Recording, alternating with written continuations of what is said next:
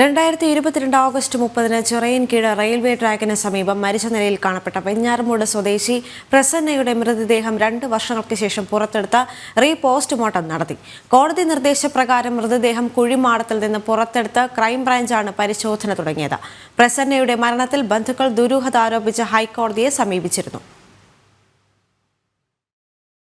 വീട്ടമ്മയുടെ ദുരൂഹ മരണത്തിൽ അന്വേഷണവുമായി ക്രൈംബ്രാഞ്ച് രംഗത്തെത്തിയിരിക്കുകയാണ്.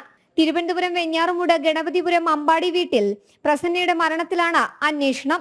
കോടതി നിർദ്ദേശപ്രകാരം മൃതദേഹം കുഴിമാടത്തിൽ നിന്ന് പുറത്തെടുത്ത ക്രൈംബ്രാഞ്ച് പരിശോധനയും തുടങ്ങി. 2022 ഓഗസ്റ്റ് 30-നാണ് പ്രസന്നയെ മരിച്ച നിലയിൽ കണ്ടെത്തിയത്. ചിറയിൻകീഴുള്ള മകളുടെ വീട്ടിൽ പോകുന്നുവെന്ന് പറഞ്ഞാണ് പ്രസന്ന വെഞ്ഞാറമൂട്ടിലെ വീട്ടിൽ നിന്നിറങ്ങുന്നത്.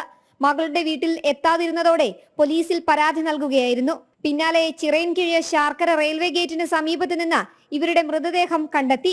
ശരീരത്തിൽ മുറിവേറ്റ നിലയിലായിരുന്നു മൃതദേഹം.